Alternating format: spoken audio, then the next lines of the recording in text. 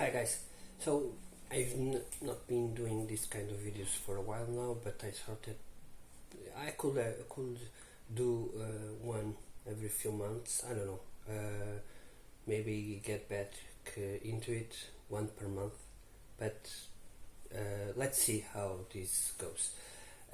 So I'm going to talk about the books I've read and brief information about the books themselves and what I'm going to read. This particular month was very good to me. I've read like 16 novels, which is a lot, and it was probably one of the best months of reading for me. So, in terms of reading, what did I read? So, first of all, the audiobooks. I've heard one audiobook, Fracture Event, by Caitlin and Michael Gear. They are a couple that write books for themselves or individually, and it was very good. It's a thriller about a particular event that will shatter the world as we know it, and they were able to make a model of how would it go, that situation. But there are some believable moments there, and I do believe that some things that can happen in our world can fracture our whole harmony, if you say. But I don't think that's possible to create a model with all the possibilities that exist. A different person in the office, a different person in charge of the nuclear bombs and so on. Everything here can change the outcomes. So I don't think that's plausible, but I enjoy so much of their writing style, their way they do it, and I bought several of their books, and I'm going to read one of them next month. So, in terms of books themselves, starting from the last one, sorry, my mistake, I put it the wrong way. So, I read a Portuguese book. This is called Uma Aventura na Televisão. Basically, this is a children's books. I've been reading them since I was like 13 years old. I stopped reading them like when I was 20 or something like that, and then after my child was born, I tried to still to reading to him, and I started buying them again, and so I've been reading and as well for me, and probably one day I'm going to read them for him as well. This is I'm not going to talk particular about this book, but it's basically one of those 5 that exist, for example, in English literature. This is the Portuguese version of it. Basically, this was written with 2 authors, Ana Maria Magalhães and Inês Alçada. They try to create something in Portuguese because it didn't exist in 1980s. Didn't exist anything that they could advise their students to read, because the vast majority of the books that exist, either it was not appropriate for 12 or 13-year-old, but or they would have to read it in English. Translated from English, usually in Brazilian Portuguese Brazilian. So they wrote a novel, and it got so good reception, and they keep going since the 80s, early 80s. They have released like 65 or something novels. It's pretty good. It's okay. It's not pretty good. It's good, and it's good for children. For me, okay. It's back to the past, as you say. Next,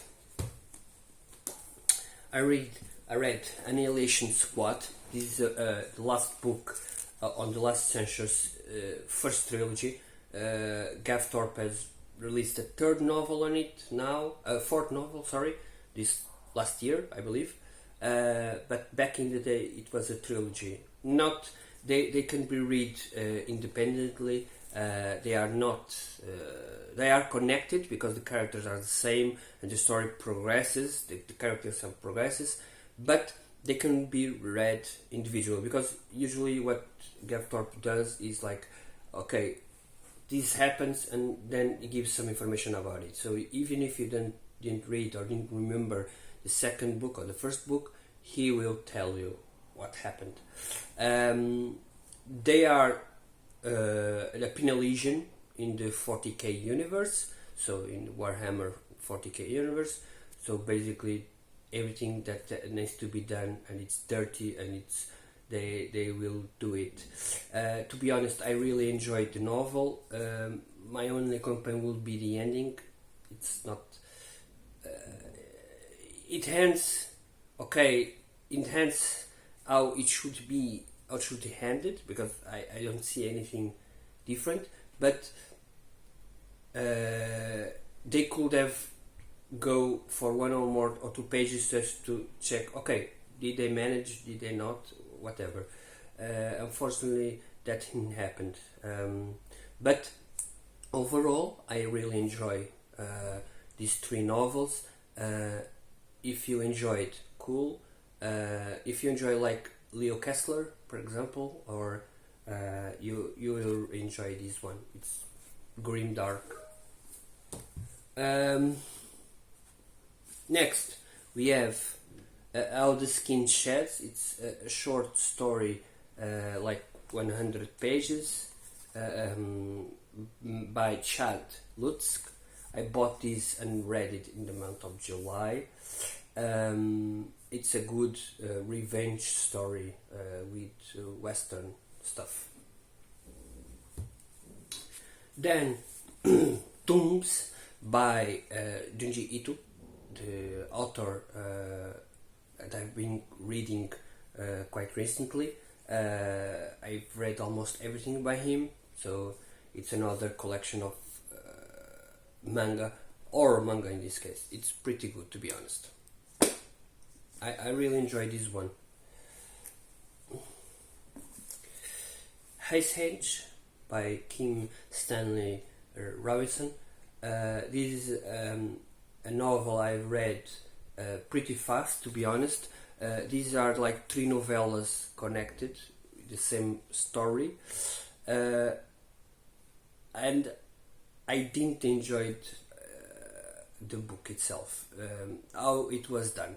Basically, supposedly the story behind says, okay, they find something, who done this stuff and so on, but for 150 pages this is not mentioned at all, and for 150 last pages it's barely mentioned. It's boring. It's nothing to do with this exists, but they don't give it doesn't give that much emphasis to it, and it was a boring story, to be honest. I hope other stuff from him is better because I have some other books from him, but I didn't enjoy this one. But it wasn't one of the first books he wrote, so I can see this as a learning experience. The Resort by Bentley Liddy, it was I reread. I've read this back 12 years ago, and I reread this now because I've read a review and I didn't remember the story like that. I didn't remember enjoying the story, and I didn't understand why, because Bentley is one of my favorite writers, and so I went back and started reading again. So I see if my perspective changed. I bumped the review to 4 stars, but to be honest, it's one of the weakest of him. It's a story about a resort, and strange stuff is happening there. And Bentley is very good on this. It's like giving everyday stuff a twist and and give it a bit of a scare. Like, okay, this is normal, but let me give this, and now it's scary. It's very good. He has like probably better books like The Association or The Store, The Mailman. Not the, those three would be my recommendations to start Bentley Little. Then we've got Party Games by Jonathan, and this is our splatterpunk horror brutality, and it's very brutal. It's very good and it's very brutal. It's very fast. You can read this in one go, 160 pages, and read fast paced. I really enjoyed the ending. I expected it because of this author. If this was like another author, Bentley Little, for example, I would not expect this kind of ending. So pretty good, to be honest. The Meddling Kids, a disappointing read. I bought this because, okay, who would not want to read Scooby-Doo and Cthulhu in the same book? Unfortunately, it didn't work for me. I didn't enjoy at all Edgar Cantero writing, and even one of the main characters. It was beyond belief. I didn't enjoy this book at all, and it was the least favorite of this month. So, but it can work with you if you enjoy that writing style. Here we have Cruel Angels Past Sundown, another novel on the splatterpunk western novel. This one, it's 270 pages. I didn't enjoy this at all. Sure, it is interesting, like, okay, it's a cannibalistic preach and mad preach, a cannibalistic demon and so on. It's blood and so on, but it was full of woke nonsense, to be honest. I didn't enjoy this at all, and it's probably the second least favorite of this month. R.L. Salvatore, Promise of the Witch King, a good, interesting, a good novel. Overall, not one of my favorite by Salvatore, but it's interesting because it's focused on Entreri and Gerlax, and not on Dritz. So it's interesting to see that part. I enjoyed the part where we talk about Entreri and Gerlax, their communication, their ongoing, but then sometimes it focuses on other characters, and I was like not skipping, but okay, keep going and let's see where Entreri and Gerlax enters. This one is Slugs by Sean Hodson. This is a very a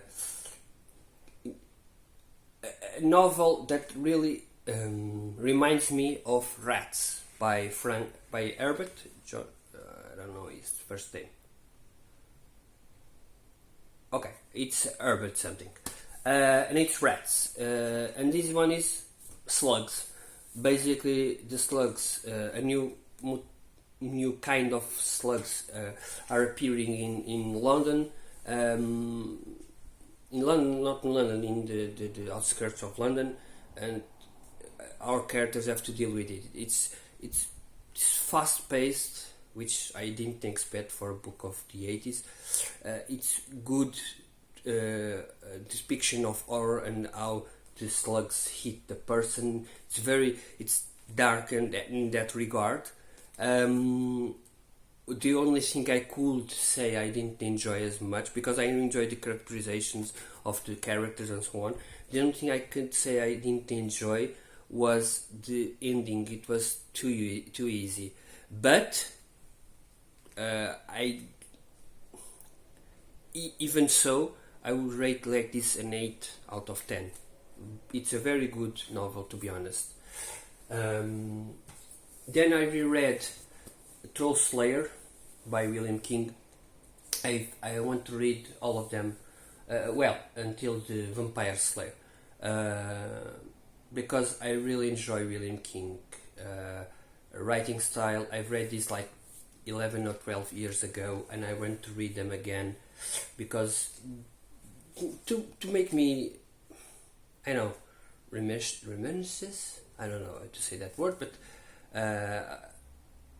to rekindle my love for Warhammer Fantasy. I have got some novels to finish on the all genre, and I remember this one being the weakest of the until the Beast Slayer, not Vampire Slayer, but the Beast Slayer, and the Skaven Slayer and the Demon Slayer, Dragon Slayer, and Beast Slayer are my favorite novels of Warhammer, and this one I end up enjoying more than I remember enjoying in the first time, so it's good.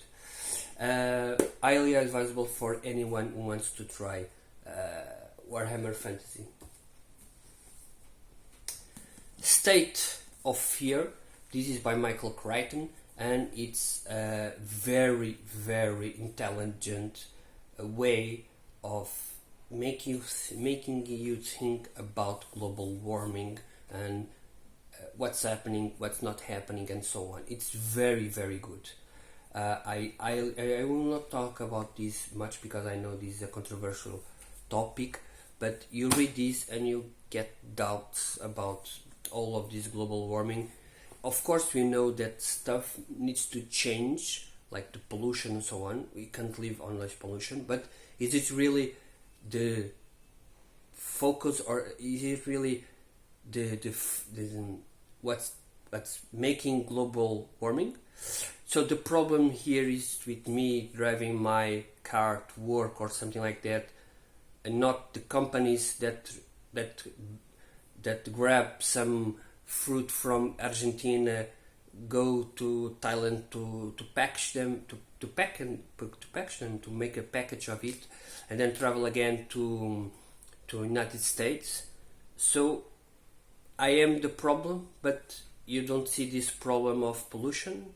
So the rich people that tell us you should control yourself, but then they travel by plane, their own private plane. Things are not as it seems, and it seems like it's a narrative and a way to sell stuff. Okay, but that's probably another story. Michael Moorcock, Ice Schooner. In it, it's where I read this like in 2 days, and it was very good. A whaling discovery mystery series. It's a travel from Brazil to United States in the post-apocalyptic world where ice dominates everything. It's very cool, very philosophical stuff, which it's Moorcock. So Ghoul by Brian Keane. This one I read also in 2 days. It's very good. I enjoy everything that Brian Keane writes, unless he starts with some woke nonsense, but this one is cool novel.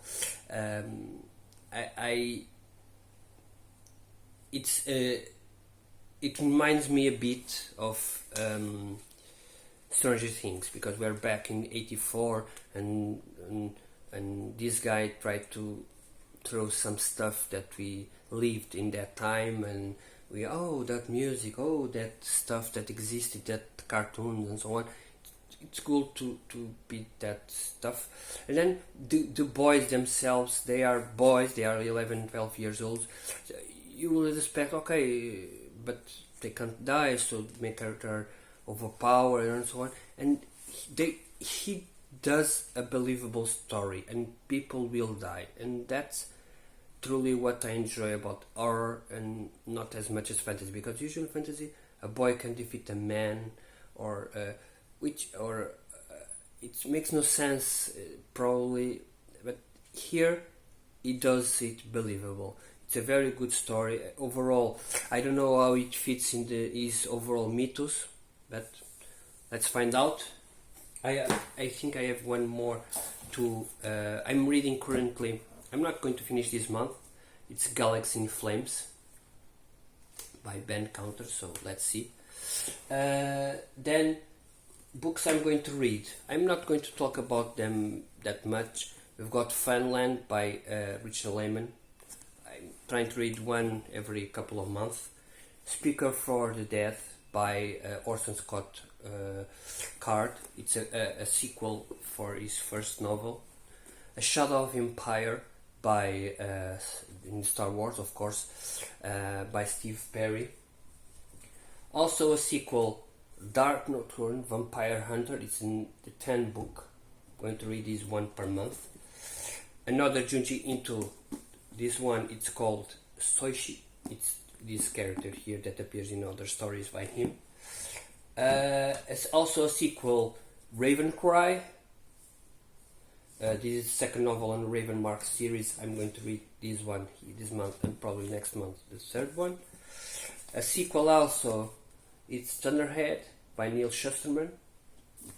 And two more sequels, Watchers in Death and The Beast Must Die. This is the 8th and the 9th book on the series. Probably two more on the next month and so on. And last but not least, Caitlin O'Neill here, Maze Master. And that's it for me. What I'm going to read, what I'm going to have next month. Let's see if I can keep doing this kind of videos on a monthly basis. Probably. Let's see how it goes. Thank you all and have a nice day.